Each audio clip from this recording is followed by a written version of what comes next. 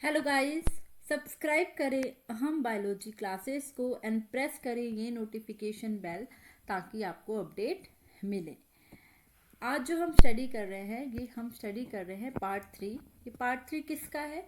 Part 3 previous year question paper का है जो कि आर्मी पब्लिक स्कूल के पीजीटी बायोलॉजी में आया था। इससे पहले हम पार्ट 1 एंड पार्ट 2 डिस्कस कर चुके हैं। उसमें 10 एमसीक्यू थे। अगर वो वीडियो नहीं देखी है तो लिंक डिस्क्रिप्शन बॉक्स पे है, मिल जाएगा, जरूर से देख लीजिए। It will be very helpful to you. आज का जो पार्ट 3 है इसमें 10 एमसीक्यू होंगे, तो डिस्कस करते हैं आज का सेशन। आज का क्वेश्चन नंबर 21 है, which of the following mineral nutrient play an important role in biological nitrogen fixation. जब बायोलॉजिकल नाइट्रोजन फिक्सेशन होता है तब कौन सा मिनरल न्यूट्रिएंट जो है वो बहुत इंपॉर्टेंट रोल प्ले करता है, ये यहाँ पर पूछा गया है। ऑप्शन देख लेते हैं। ऑप्शन ए है जिंक, ऑप्शन बी है पॉलीपेडनम, ऑप्शन सी है आयरन या ऑप्शन डी है मैग्नीशियम। बताइए वो कौन सा मिनरल है जो नाइट्रोजन फिक्सेशन में हेल्प करता है। बताइए।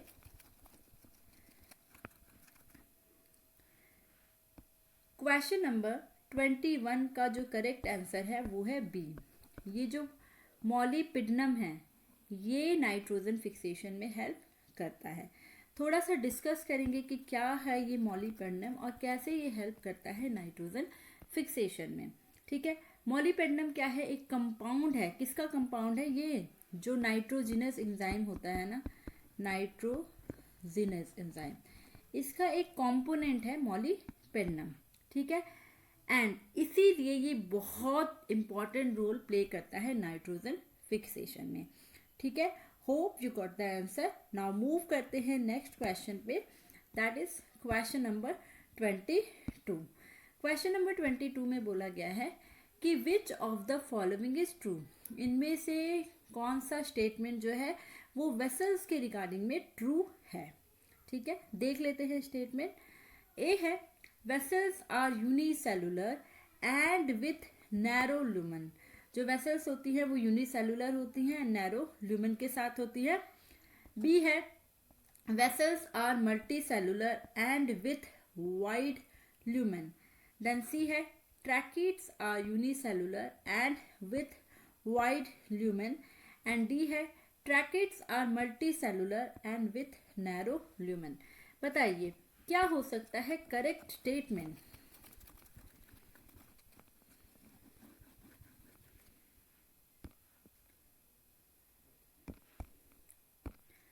जो क्वेश्चन नंबर 22 है इसका करेक्ट आंसर है बी। जो वेसल्स होती हैं वो कैसी होती है? मल्टी सेलुलर होती है एंड उनका जो ल्यूमन होता है वो काफी ज्यादा वाइड होता है। ठीक है, नाउ मूव करेंगे नेक्स्ट क्वेश्चन पे, which is our question number 23। Question number 23 है, in C4 plant the bundle sheath cell. जो C4 प्लांट होते हैं उसमें बंडल सीड जो होती है वो कैसी होती है या उसमें कौन से एंजाइम होते हैं, ये यहाँ पर पूछा गया है। ऑप्शन देख लेते हैं। ऑप्शन ए है have thin wall to facilitate gaseous exchange. Thin wall होती है इसमें ताकि गैसियस एक्सचेंज हो सके। B have large intercellular space, उनके बीच में बड़ी बड़ी लार्ज इंटरसेलुलर स्पेस होती है। सी है are rich in PP carboxylase, PP carboxylase enzyme से रिच होता है। या डी है have a high density of chloroplast. बताइए C4 प्लांट का जो बंडल सीथ होता है वो कैसा होता है, क्या करेक्टरिस्टिक्स होती है, यहाँ पर वो पूछा गया है। कोई आइडिया है आपको इसका? देखिए जो C4 प्लांट का जो बंडल सीथ होता है ना उसमें बहुत ज्यादा क्लोरोप्लास्ट मिलते हैं। तो क्वेश्चन नंबर 23 का करेक्ट आंसर हो जाएगा D. In C4 plant the bundle sheath cell have a high density of chloroplast. Now move करेंगे नेक्स्ट क्वेश्चन पे, which is our question number 24। Question number 24 है potato spindle tuber disease is caused by. Potato में एक disease होता है जिसे spindle tuber disease कहते हैं, वो किसकी वजह से होता है, ये यहाँ पर पूछा गया है। ऑप्शन ए है वायरस की वजह से, ऑप्शन बी है वायरॉइड की वजह से, ऑप्शन सी है निमाटोड की वजह से, या ऑप्शन डी है बैक्टीरियम की वजह से। बताइए क्या हो सकता है इसका करेक्ट आंसर। क्वेश्चन नंबर 24 का जो करेक्ट आंसर होगा वो होगा बी। ये जो पोटैटो स्पिंडल ट्यूबर डिजीज है ये होता है वायरॉइड की वजह से। नाउ मूव करेंगे our next question which is our question number 25। ये जो क्वेश्चंस मैं आपको करा रही हूँ ये प्रीवियस ईयर आर्मी एग्जाम में आया हुआ है, तो ये इससे हमें आइडिया लगता है कि किस तरह का एग्जाम पैटर्न है। तो वीडियो को एंड तक जरूर देखें एंड चैनल को सब्सक्राइब करें, वीडियो को लाइक करें एंड ज़्यादा से ज़्यादा शेयर करें। तो डिस्कस करेंगे क्वेश्चन नंबर 25। क्वेश्चन नंबर 25 है in root nodules of legume leghaemoglobin is important because. जो रूट नोड्यूल्स होती है लेग्यूम प्लांट की उसमें होता है लेग हीमोग्लोबिन, उसका क्या इम्पॉर्टेंट वर्क है। ठीक है, तो ऑप्शन देख लेते हैं। ऑप्शन ए है it transport oxygen to the root nodule, root nodules को ऑक्सीजन ट्रांसपोर्ट करता है। B it act as an oxygen scavenger, ये ऑक्सीजन स्कैवेंजर का काम करता है। सी है it provide energy to the nitrogen fixing bacteria, जो नाइट्रोजन फिक्सेसिंग बैक्टीरिया है उसको एनर्जी प्रोवाइड कराता है।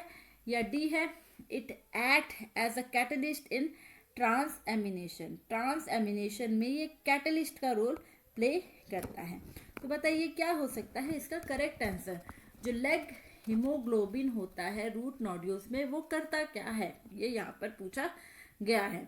तो यहाँ पर जो क्वेश्चन नंबर 25 का करेक्ट आंसर है वो है बी। ये लेग हीमोग्लोबिन ऑक्सीजन स्कैवेंजर का वर्क करता है root nodules of legume plant. तो क्वेश्चन नंबर 25 का करेक्ट आंसर हो गया बी। नाउ मूव करेंगे नेक्स्ट क्वेश्चन पे which is our question number 26। Question number 26 है Darwin judged the fitness of an individual by. Darwin ने कैसे जज करी थी फिटनेस ऑफ इंडिविजुअल। ठीक है, ऑप्शन देख लेते हैं। पहला ऑप्शन ए है एबिलिटी टू डिफेंड इटसेल्फ, वो कैसे अपने आप को बचा पा रहा है। B strategy to obtain food, कैसे वो फूड ऑब्टेन कर पा रहा है। सी नंबर ऑफ ऑफस्प्रिंग, या D dominance over other individual. बताइए डार्विन ने कैसे जज करा था फिटनेस ऑफ एन इंडिविजुअल को। देखिए इसका सीधा सीधा आंसर जो है 26 का वो है सी। डार्विन जज the fitness of an individual by number of offspring, वो कितना प्रोडक्टिव है, कितना ज़्यादा रिप्रोड्यूस कर रहा है, कितने ऑफस्प्रिंग दे रहा है, उसके बेसिस पे डार्विन ने जज किया था कि इंडिविजुअल कितना फिट है। नाउ डिस्कस करेंगे क्वेश्चन नंबर 27। क्वेश्चन नंबर 27 है for a plasmolysed cell which equation is correct. Plasmolysed cell के लिए कौन सी इक्वेशन करेक्ट है। अब प्लाज्मोलाइट सेल होती क्या है। देखो डेली लाइफ में हम रात को चने भिगोते हैं, बादाम भिगोते हैं और सुबह उठ करके देखते हैं कि वो फूल गए हैं। नॉर्मल अगर हम लेमैन की टर्म में बोले तो हमने रात को चने भिगोए और वो फूल गए। क्यों फूले, क्योंकि पानी जो था वो उसके अंदर चला गया। तो बायोलॉजी में भी यही है, इसे ही डिटेल में पढ़ा गया, तो इसे हमें एक टर्म दे दिया गया, उस प्रोसेस का नाम दे रखा हमने प्लाज्मोलाइसिस, और सेल जो हो गई वो प्लाज्मोलाइट सेल हुई। हुआ क्या, सेल को हमने कहाँ रखा, हमने रखा हाइपोटोनिक सॉल्यूशन में। हाइपोटोनिक सॉल्यूशन में रखने से क्या हुआ कि जो बाहर का वाटर था वो सेल के अंदर चला गया, और सेल जो अगर प्लांट सेल है तो वो स्वेल हो गई, अगर एनिमल सेल होगी तो वो बर्स्ट हो जाएगी। ठीक है, तो ये प्रोसेस जो है इसको कहा नाम प्लाज्मोलाइसिस, और सेल को कहा प्लाज्मोलाइट सेल। देखो सिंपल सा प्रोसेस है, कुछ भी इन्वॉल्व नहीं है। हाइपोटोनिक सॉल्यूशन में रखा और वाटर उसके अंदर जा रहा है। कोई प्रेशर क्या हम अप्लाई कर रहे हैं, नहीं ना। ठीक है, तो सिंपल सा एक प्रोसेस हो रहा है। तो ये जो प्रोसेस हुआ प्लाज्मोलाइसिस का, उससे जो प्लाज्मोलाइज सेल बनी, उसका यहाँ पर पूछा गया है कि करेक्ट इक्वेशन क्या होगी। ऑप्शन देख लेते हैं। ऑप्शन ए है DPD। अब DPD क्या है? DPD है डिफ्यूजन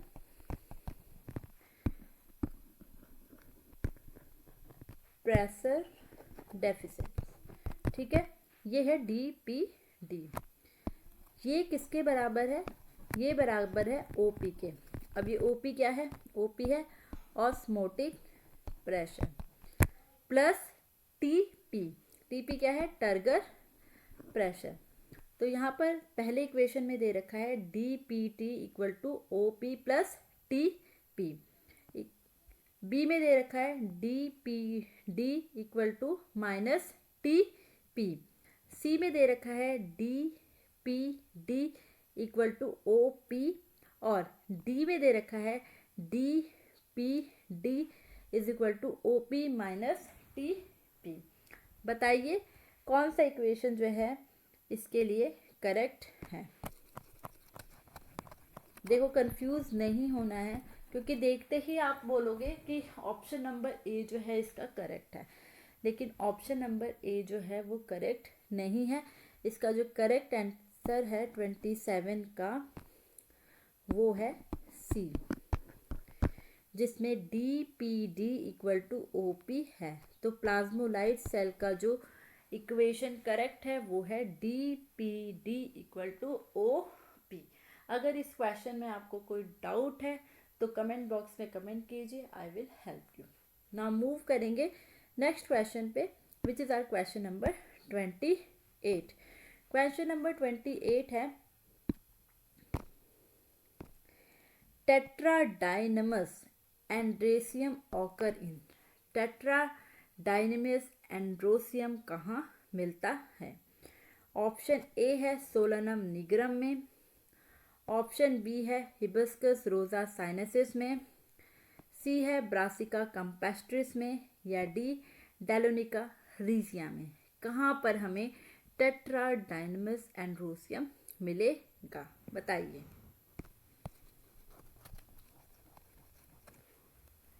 बताइए किसमें मिलेगा टेट्राडाइनेसियम एंड्रोसियम?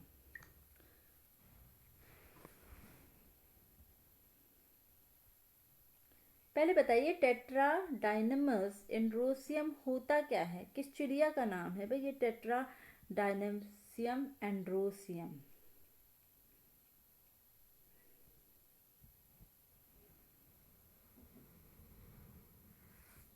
देखो टेट्राडाइनमस जो कंडीशन है, ये वो कंडीशन है एंड्रोसियम का जिसमें 6 स्टेमन होते हैं। कितने स्टेमन होते हैं? 6 स्टेमन होते हैं। 6 स्टेमन होते हैं। The outer 2 are shorter. जो बाहर के 2 होते हैं वो कैसे होते हैं? छोटे होते हैं। ठीक है, और बाकी जो 4 होते हैं इनर के वो लॉन्ग होते हैं। तो कितने एंड्रोसियम होते हैं? एंड्रोसियम तो एक ही होता है, लेकिन उसमें स्टेमन कितने होते हैं? 6 होते हैं। 2 होते हैं बाहर जो कि शॉर्ट होते हैं, 4 होते हैं अंदर जो कि लॉन्ग होते हैं। तो ये जो टेट्राडाइनमस कंडीशन है ये जो पाई जाती है, इसका बेस्ट एग्जांपल है मस्टर्ड फैमिली। ठीक है, जैसे सरसों में मिल जाएगा ये। ठीक है, सरसों में ही मिलता है। तो अब मैंने आपको बता दिया। अब बताइए क्वेश्चन नंबर 28 का करेक्ट आंसर क्या हो सकता है? मस्टर्ड में मिलता है, तो मस्टर्ड का साइंटिफिक नेम पता ही है आपको। तो क्वेश्चन नंबर 28 का करेक्ट आंसर हुआ सी, सरसों में मिलता है मस्टर्ड में, और मस्टर्ड का साइंटिफिक नेम है ब्रासिका कंपेस्ट्रिस। ठीक है, तो टेट्राडाइनमस एंड्रोसियम हमें मिलता है ब्रासिका में। ना मूव करेंगे नेक्स्ट क्वेश्चन पे, which is our question number 29। बहुत इजी है, बता दीजिए। Tonoplast is a membrane surrounding the. जो टोनोप्लास्ट है वो किसकी मेम्ब्रेन है ये बताइए।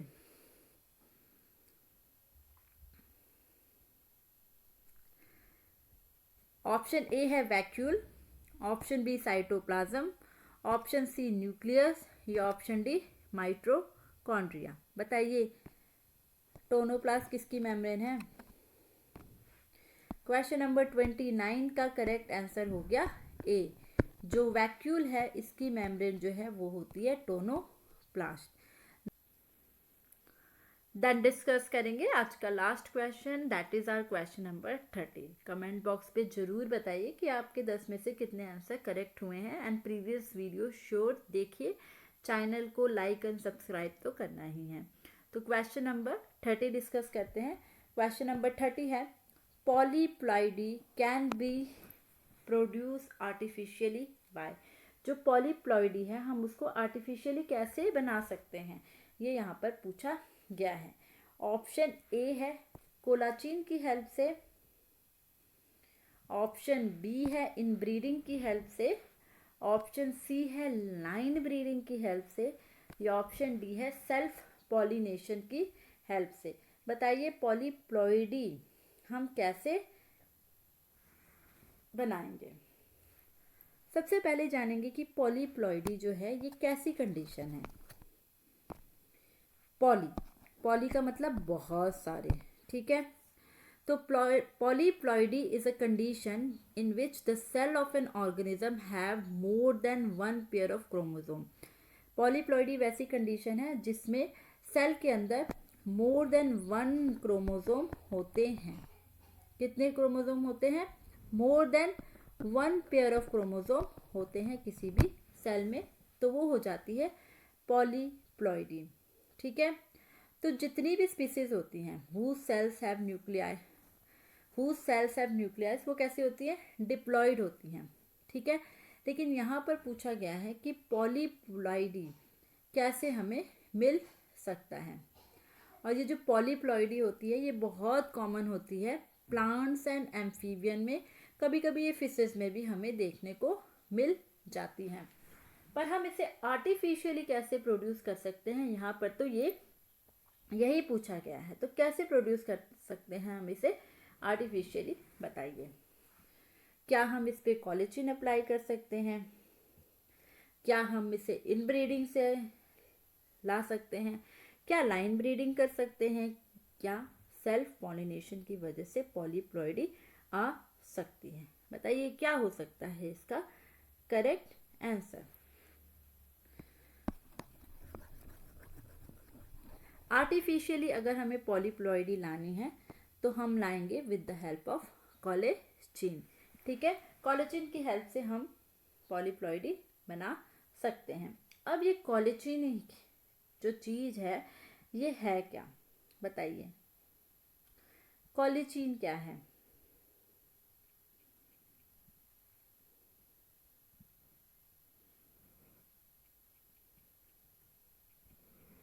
बताइए कोलेचिन क्या है। देखो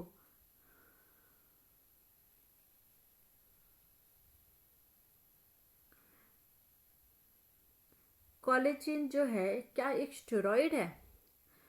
जो कोलेचिन है ना ये एक एंटी इन्फ्लेमेटरी इम्यूनोमोड्यूलेटिंग एजेंट है। क्या है ये?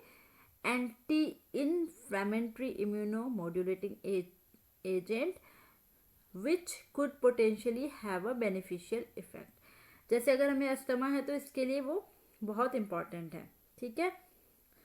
तो कोलेचिन जो है एक तरह की ड्रग है कह सकते हैं। तो इसका हम एक तरह का केमिकल है या एक तरह की ड्रग है जिसे हम पॉलीप्लॉइडी लाने के लिए यूज कर सकते हैं। तो यहाँ पर आज का सेशन खत्म होता है। Hope you like the session. Like and share करना बिल्कुल ना भूले वीडियो को, और अगर अभी तक आपने चैनल को सब्सक्राइब नहीं करा है तो सब्सक्राइब कर दीजिए। नेक्स्ट वीडियो में मिलेंगे, नेक्स्ट हमारे जो 10 MCQ होंगे उसके साथ। अगर कोई आपका कंसर्न है तो कमेंट बॉक्स में ज़रूर टाइप कीजिए, I will answer it. Thank you, have a nice day, bye.